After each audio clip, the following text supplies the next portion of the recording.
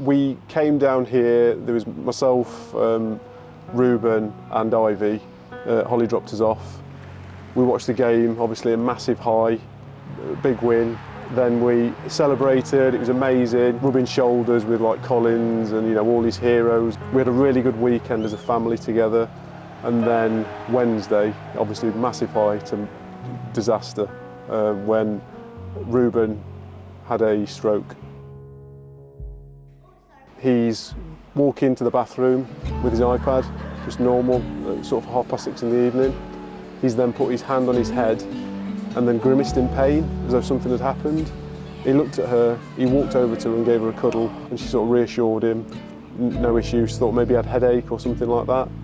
Then he's walked over to the bath, got in the bath as usual, she's bathed him. And then when she was bathing him, she realised that it looked like his mouth had dropped on one side. So she was a bit concerned. So she's gone to get him out of the bath, and then his right side's given way, so right arm and leg. And then he's just been slipping and sliding in the bath, crying, getting obviously, really upset. So she's got him out of the bath, tried to stand him up, and he's just collapsed.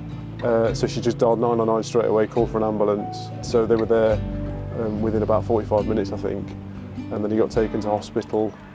I gave him a drink and some food, and he just sort of drooled it all out the right hand side of his mouth, which is just not normal for him.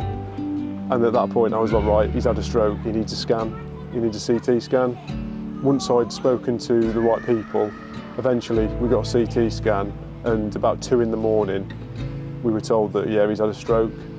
It's amazing hearing there and speaking to you earlier about what you went through only 8 weeks ago. To see him now, I mean, it's incredible how far he's come. Yeah, and that's all down to rehabilitation and personality. He's 3, so he's got no barriers. If he wants something, he's very determined. Yeah, and we're just trying to, support him as much as possible.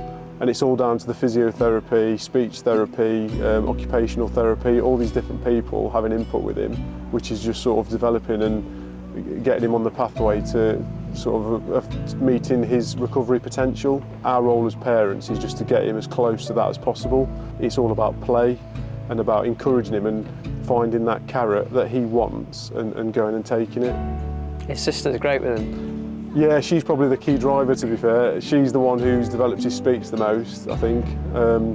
He's been like it for all his life, really. So obviously she's 3 years older than him, so everything he wants to do is following her, chasing her, and that's not changed. So if she's playing football, he wants to play football. The first thing he did when he got home from hospital was he wanted to put his derby kit on and go and play football in the garden with her, because that's normal. He put his trainers on, we went outside, and he had a bit of a kick. Obviously he was upset and frustrated because he couldn't do what he'd been doing before, but even we've been at home for 2 weeks and already he's now walking around the garden with support, kicking the ball. So in 2 weeks he's massively developed. I know you've had messages from players and the manager, and of course now best friends with Rammie as well. Yeah, so that's been amazing. The club, Derby County, have been absolutely brilliant because it was a really low time in the hospital, and we had obviously Derby flags up by his bed. He had the kit on every day.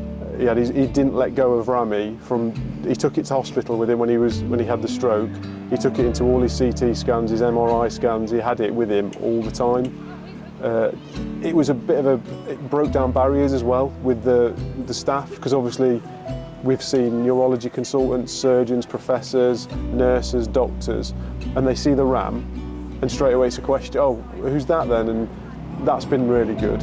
And then the community of Derby County, obviously we've had lots of messages from the players, the manager, supporters.